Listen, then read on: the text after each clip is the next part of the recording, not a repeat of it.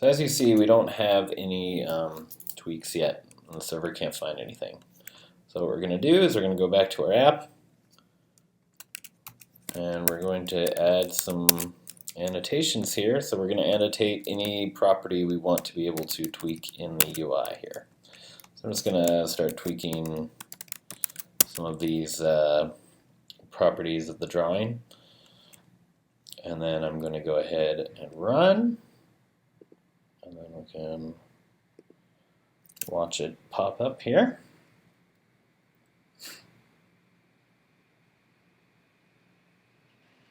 Okay. Refreshing. All right. So now we have these things we can tweak. So you can see all the fields I just annotated just showed up in the UI, and I can change these in real time, and you can watch it change in the app.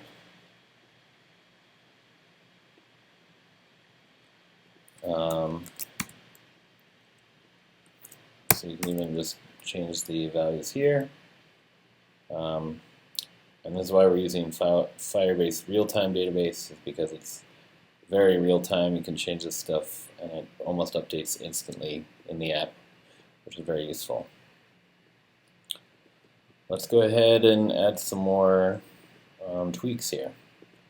So tweaks also auto-detect what kind of parameter you're using. So if it's an enum,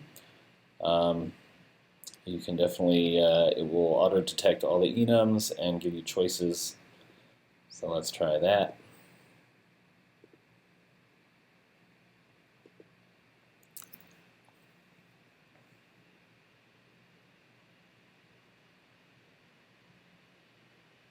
Okay, and you see the new enum shows up here, and I can change it on the fly here. And you'll notice that the app, when it reloaded, it used all the values that are set up here, so the settings are persistent. Every time your app launches, it will reload the values from the server to make sure that everything's in sync. So what else can we change? Well, we can even change stuff in the activity here. So say we have this text view right now that's basically the static text. Say we want to change it. Well, Tweak can't, you don't want to change the text view itself, but what we can do is we can change child values here. So I'm going to actually change a method in the text box. So if I add this, then Tweakr will automatically check for this method and then be able to call it with whatever arguments you want. Now the trick here is that text view actually has multiple overrides of the set text function. So you want to pick the right one just by specifying what the sequence or the specify the type of the parameters in there, just like a Java doc, and then that will work in Tweakr. Let's say yeah, so let's try that out. We'll play.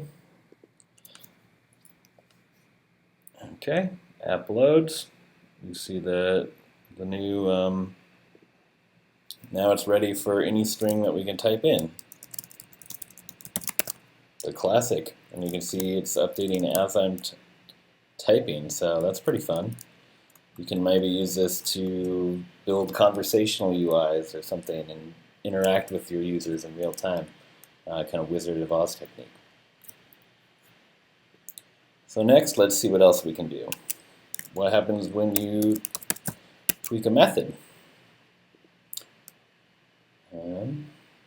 So this method just calls animate on the text view. Let's go ahead and see what happens here. And it just gives us a button we can click, and it'll run the method for us. So that's basically a method with no parameters, just turns into a button. Whereas this is a method with a string parameter, so you can type in string. If it was an int parameter, you would be able to use a slider and change the parameter that way. What else can we do? You can also build your own UIs or more complex UIs. So if we were just to tweak this naively, it would just turn into like an int slider. But that's really hard to choose colors with just by using the integer. So instead, what we can do is use a custom value type. And then there's one already built in that I wrote called color value type. And that will basically tell the server, the web server UI, to draw as a separate, different kind of UI component. So now if we go over here, we can see it here. Now we get a nice little color picker. You can change the opacity, change the hue. And so this makes Tweakr very extensible, so you can kind of write your own handlers if you need a special UI for something.